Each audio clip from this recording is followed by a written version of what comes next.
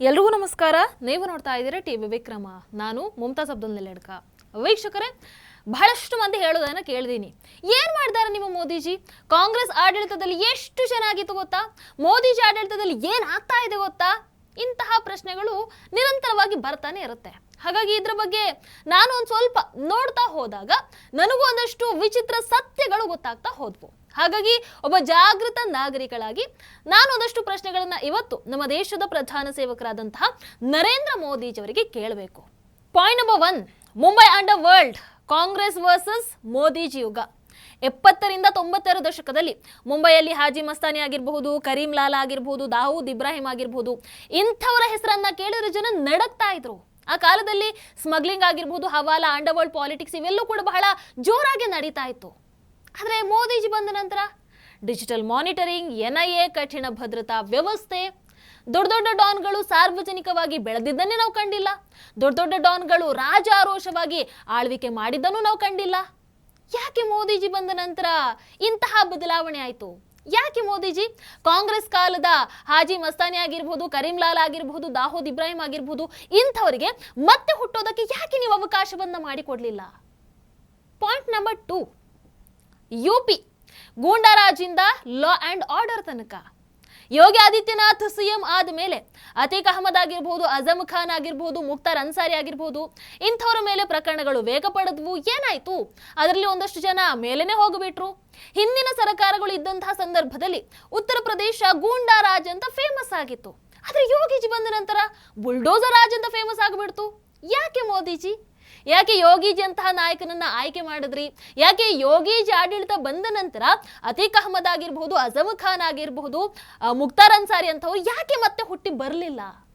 Point number 3, Congress ಕಾಲದ ಭ್ರಷ್ಟಾಚಾರ versus Modiji ಕಾಲದ ಒಂದಷ್ಟು ಕ್ರಮ.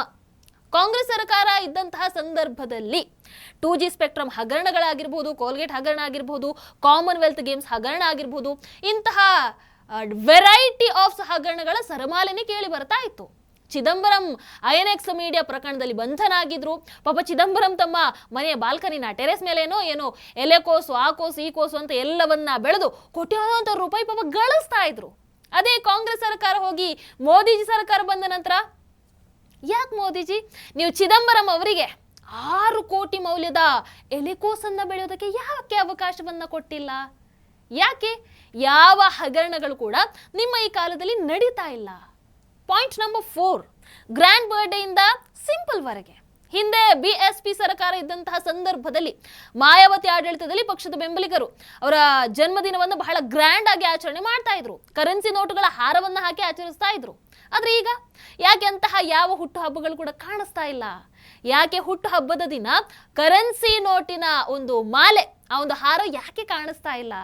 ಯಾಕೆ ಮೋದಿಜಿ ಏನ್ ಬದಲಾವಣೆಯನ್ನ ಮಾಡ್ಬಿಟ್ರಿ? ಪಾಯಿಂಟ್ ನಂಬರ್ 5, ಸುಪ್ರಿಯಾ ಸುಳೆ ಮತ್ತೆ ಆಕೆಯ 10 ಎಕರೆ ಜಮೀನು. ಹಿಂದೆಲ್ಲ ಸುಪ್ರಿಯಾ ಸುಳೆ ಅವರು 10 ಎಕರೆ ಜಮೀನಲ್ಲಿ ಪಾಪ 670 ಕೋಟಿ ಮೌಲ್ಯದ ಬೆಳೆಯನ್ನ ಬೆಳೀತಾ ಇದ್ರು. ಆದ್ರೆ ಮೋದಿಜಿ ಬಂದ ನಂತರ ಯಾಕೆ ಇದ್ಯಾವುದು ಕೂಡ ಸಾಧ್ಯ ಆಗ್ತಾ ಇಲ್ಲ? ಯಾಕೆ ಯಾಕೆ ಅವಕಾಶವನ್ನ ಮಾಡಿಕೊಡ್ತಾ ಇಲ್ಲ Modiji? Point number 6, Robert Vadra ಭೂಮಿ ಆದಾಯ. ಮೋದಿಜಿ ಅವರು ಬರೋದಕ್ಕೂ ಮೊದಲು ಅಕ್ರಮ ಭೂಮಿ ಖರೀದಿ ಮಾರಾಟ ಬಹಳ ಜೋರಾಗಿತ್ತು. 2008ರಲ್ಲಿ ವಾದ್ರಾ ಕಂಪನಿ ಗುರುಗ್ರಾಮದ ಶಿಖೋಪುರದಲ್ಲಿ 3.5 ಎಕರೆ ಭೂಮಿಯನ್ನ 7.5 ಕೋಟಿಗೆ ಖರೀದಿ ಮಾಡುತ್ತೆ. 2012ರಲ್ಲಿ ಆ ಒಂದು ಜಮೀನನ್ನ ರಿಯಲ್ ಎಸ್ಟೇಟ್ ದೈತ್ಯ DLFಗೆ 58 ಕೋಟಿಗೆ ಮಾರಾಟ ಮಾಡಲಾಗತ್ತೆ. ಇಡೀ ವ್ಯವಹಾರ ಅಕ್ರಮ ಅಂತ EDನೇ ಹೇಳುತ್ತೆ ಅಂಡ್ ಅದನ್ನ ಜಪ್ತಿ ಕೂಡ ಮಾಡುತ್ತೆ. ಯಾಕೆ ಮೋದಿಜಿ ಬಂದ ಮೇಲೆ ರಾಬರ್ಟ್ ವಾದ್ರಾಗೆ ಈ ರೀತಿಯಾದಂತಹ ಅಕ್ರಮವನ್ನ ಮಾಡೋದಕ್ಕೆ ಯಾಕೆ ಬಿಡ್ತಾ ಇಲ್ಲ ಮೋದಿಜಿ? ಯಾಕೆ ಮೋದಿಜಿ ಬಂದ ನಂತರ ರಾಬರ್ಟ್ ವಾದ್ರಾ ಭೂಮಿ ಖರೀದಿ ಮಾಡೋದಕ್ಕಾಗ್ತಾ ಇಲ್ಲ? ಪಾಯಿಂಟ್ ನಂಬರ್ 7, ಅಖಿಲೇಶ್ ಯಾದವ್ನ ಸೈಫ್ ಅಲಿ ಮಹೋತ್ಸವ. ಅಖಿಲೇಶ್ ಯಾದವ್ ಸರ್ಕಾರ ಇದ್ದಂತಹ ಸಂದರ್ಭದಲ್ಲಿ ಪ್ರತಿ ವರ್ಷ ಸೈಫ್ ಅಲಿ ಮಹೋತ್ಸವದ ಹೆಸರಲ್ಲಿ ಬಾಲಿವುಡ್ ತಾರೆಯರನ್ನ ಕರೆಸಿ ಕುಣಿಸ್ತಾ ಇದ್ರು. ಸಾಂಸ್ಕೃತಿಕ ಕಾರ್ಯಕ್ರಮ ಅನ್ನುವಂತ ಹೆಸರಲ್ಲಿ ಕೋಟ್ಯಾಂತರ ರೂಪಾಯಿ ಸರ್ಕಾರದ ಹಣ ವ್ಯಯ ಮಾಡ್ತಾ ಇದ್ರು. ಮೋದಿಜಿ ಬಂದ ನಂತರ ಯಾಕೆ ಆ ರೀತಿ ಸರ್ಕಾರಿ ಹಣ ಬಳಕೆ ನಿಂತು ಹೋಯಿತು? ಅದರ ಮೇಲೆ ಯಾಕೆ ನಿಯಂತ್ರಣವನ್ನ ಹೇರಲಾಯಿತು? ಏನ್ ಮೋದಿಜಿದು? ಪಾಯಿಂಟ್ ನಂಬರ್ 8, ಸೋನಿಯಾ ಇಟಲಿ ವಿದೇಶ ಪ್ರವಾಸ ಮತ್ತೆ ಅನಾರೋಗ್ಯ. ಮೋದಿಜಿ ಬರೋದಕ್ಕೂ ಮೊದಲು ಗೊತ್ತಲ್ವಾ? ಸೋನಿ ಇಟಲಿ ಅವರೇ ಪ್ರಧಾನಿಯಾಗಿದ್ರು. ಆ ಸಂದರ್ಭದಲ್ಲಿ ಪ್ರತಿ 6 ತಿಂಗಳಿಗೊಮ್ಮೆ ಅದೇನೋ ಚಿಕಿತ್ಸೆ ಅಂತ ಪಡೆಯೋದಕ್ಕೆ ವಿದೇಶಕ್ಕೆ ಹೋಗ್ತಾ ಇದ್ರು. ಎಲ್ಲಿಗೆ ಅನ್ನುವಂಥದ್ದು ಗೊತ್ತಿಲ್ಲ, ಯಾಕಂದ್ರೆ ಮೇಡಮ್ ಪ್ರಧಾನಿಯಾಗಿದ್ರು, ಯಾರು ಕೂಡ ಕೇಳೋ ಹಾಗೆ ಇಲ್ಲ. ಅಂಡ್ ಇವರು ಇರುವಂತಹದ್ದು ದೆಹಲಿಯಲ್ಲಿ, ಆದ್ರೆ ಇವರ ವಿಮಾನ ಯಾವಾಗ್ಲೂ ಕೂಡ ಹೊರಡುವಂಥದ್ದು ಕೇರಳ ವಿಮಾನ ನಿಲ್ದಾಣದಿಂದ. ಅಂಡ್ ಹೋಗುವಾಗ ಅದೇನೋ ಒಂದಷ್ಟು ದೊಡ್ಡ ದೊಡ್ಡ ಲಗೇಜು ಹೋಗ್ತಾ ಇತ್ತು. ಏನಂತ ಕೇಳೋ ಹಾಗಿಲ್ಲ, ಮೇಡಮ್ ಪ್ರಧಾನಿ ಆಗಿದ್ರು, ಪ್ರಶ್ನೆ ಮಾಡೋ ಹಾಗಿಲ್ಲ. ಆದ್ರೆ ಮೋದಿಜಿ ಬಂದ ನಂತರ ಎಲ್ಲ ನಿಂತು ಹೋಗ್ಬಿಡುತ್ತೆ. ಯಾಕೆ ಮೋದಿಜಿ? ನೀವು ಬಂದ ನಂತರ ಸೋನಿ ಇಟಲಿ ಅವರ ಅನಾರೋಗ್ಯ ಅದು ಹೆಂಗೆ ಮಾಯ ಆಗಿಬಿಡ್ತು? ಏನ್ ಜಾದು ಮಾಡಿದ್ರಿ? ಅಂತಹ ಪವರ್ ಮೋದಿಜಿ ಆಡಳಿತದಲ್ಲಿ ಏನಪ್ಪಾ ಇದೆ? ವೀಕ್ಷಕರೇ, ಯಾಕೆ ಇವೆಲ್ಲವೂ ಕೂಡ ಬದಲಾಯಿತು, ಮೋದಿಜಿ ಏನು ಮಾಡಿದ್ರು ಅನ್ನುವಂತಹ ಪ್ರಶ್ನೆಯನ್ನ ನಾನೇ ಕೇಳಿದೆ. ಆ್ಯಂಡ್ ಈಗ ಅದಕ್ಕೆ ಉತ್ತರ ಅಫ್ಕೋರ್ಸ್ ನಿಮಗೆಲ್ರಿಗೂ ಕೂಡ ಸಿಕ್ಕಿರುತ್ತೆ, ನಾನೇ ಕೊಡ್ತೀನಿ. ಯಾಕೆ ಅಂತಂದ್ರೆ ಇದು ಮೋದಿಜಿ ಯುಗ. ನಾನಿಲ್ಲಿ ವ್ಯಕ್ತಿ ಪೂಜೆ ಅಂತ ಮಾಡ್ತಾ ಇಲ್ಲ, ವ್ಯವಸ್ಥೆ ಬದಲಾವಣೆಯ ಬಗ್ಗೆ ಮಾತಾಡ್ತಾ ಇದ್ದೀನಿ. ಕಾಂಗ್ರೆಸ್ ಆಡಳಿತದಲ್ಲಿ ನಾವೇ ದೊಡ್ಡವರು ಅನ್ನುವಂಥದ್ದಿತ್ತು. ಆದ್ರೆ ಮೋದಿಜಿ ಬಂದ ನಂತರ ಕಾನೂನೇ ದೊಡ್ಡದು ಅನ್ನುವಂತಹ ಸಂದೇಶ ರವಾನೆ ಆಯಿತು.